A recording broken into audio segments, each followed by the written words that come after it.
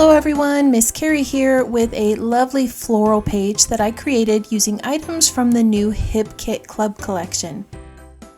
Today I'm creating a page using background dies and printed floral patterns. This page will be recording a memory of a wedding engagement and I can't wait to share it with you. On my desk I have the main kit from HipKit Club.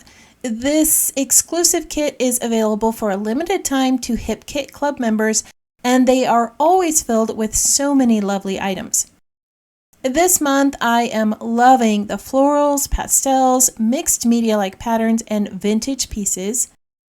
Included with this month's exclusive paper patterns are some bits of ephemera from Pink Fresh and stickers from Simple Stories.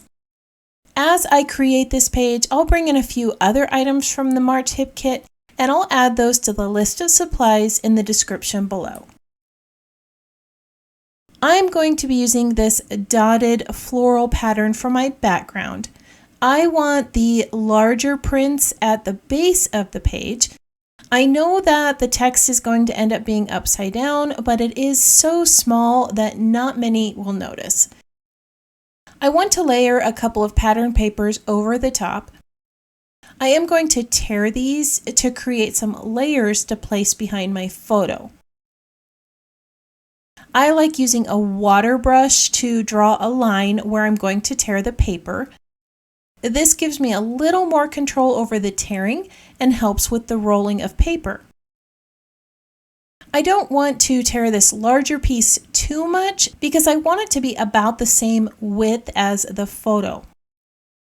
The top blue piece isn't going to be torn, but I do want to tear this blue pattern that will go below so that it forms the same shape as the printed florals at the base of the page. It did take me a few tries, but I finally got it to the shape that I wanted. Off camera, I added some stitching at the top and some zigzag stitching at the base of the page.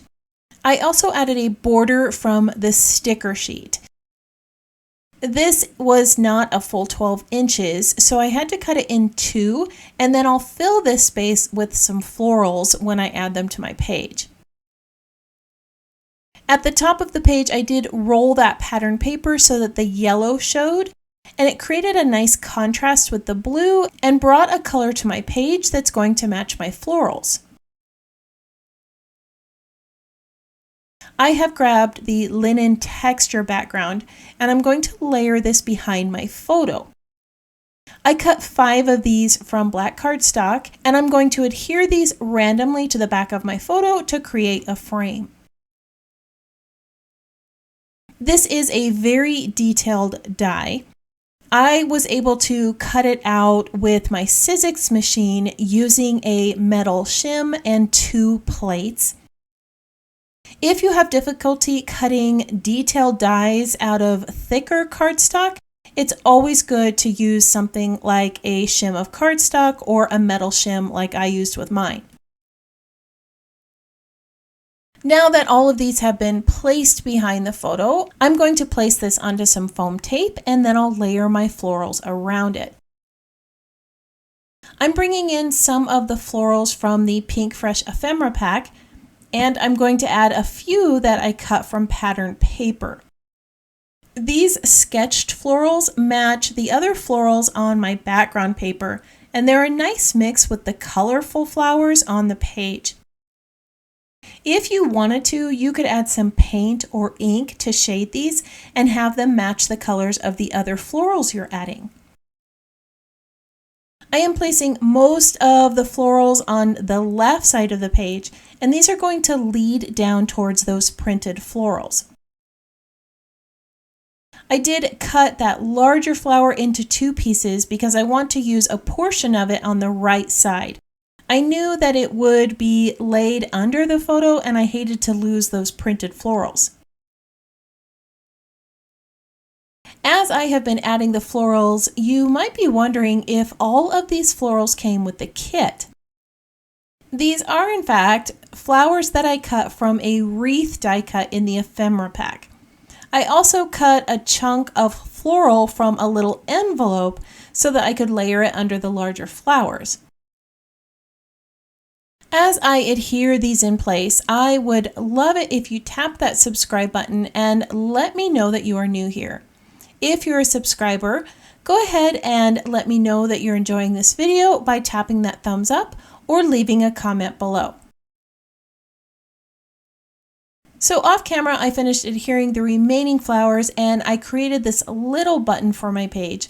This is a layer of 2 die cuts and a little chipboard flare that I backed with some twine. I like how this adds a little country feel to the page.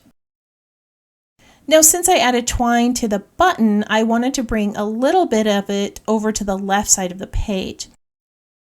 I like adding lots of textures to my pages, so I'm just going to tuck this little twine bundle right here under the flower using a glue dot to hold it in place. At the top of the page, I'm going to add what will be considered as the title. The print has some little coffee ring stains and splatters up in this corner, which create a natural frame around this little die cut. I did punch some holes in the top of this die cut and added a little bit more twine. Behind it, I tucked another flower that I cut from the pattern paper to bring a few of those floral patterns up here to the corner. Off camera, I did add more florals near that die cut at the top. I like how this brings some of the yellow to this area of the page. I also tucked a few more twine bundles among the flowers. Texture is just something that I cannot get enough of on a layout. I also added a little phrase above the photo that says "good times" so that I could bring a third sentiment to the page. Now I'm going to share a few close-ups of this layout so that you can see all the lovely details. The challenge this week was to use a background die and some items from the March Harmony collection, both of which can be found on the HipKit Club website. I love the mix of florals, textures, and patterns on this page, and how the printed pattern papers were able to be used as additional embellishments on the layout. If you would like to learn more about the HipKit Club, I have added details in the description below. I hope that today's project inspired you to use some of your background dies and give a few of these techniques a try. If you're one who likes to pin photos to inspiration boards, I have added still shots of this layout in the HipKit Club Facebook group and on my website for you to use. Thank you for joining me for another scrapbook project. If you have any questions about this project or the supplies listed below, feel free to leave me a comment. I hope that you have a wonderful week, and I can't wait to see what you create.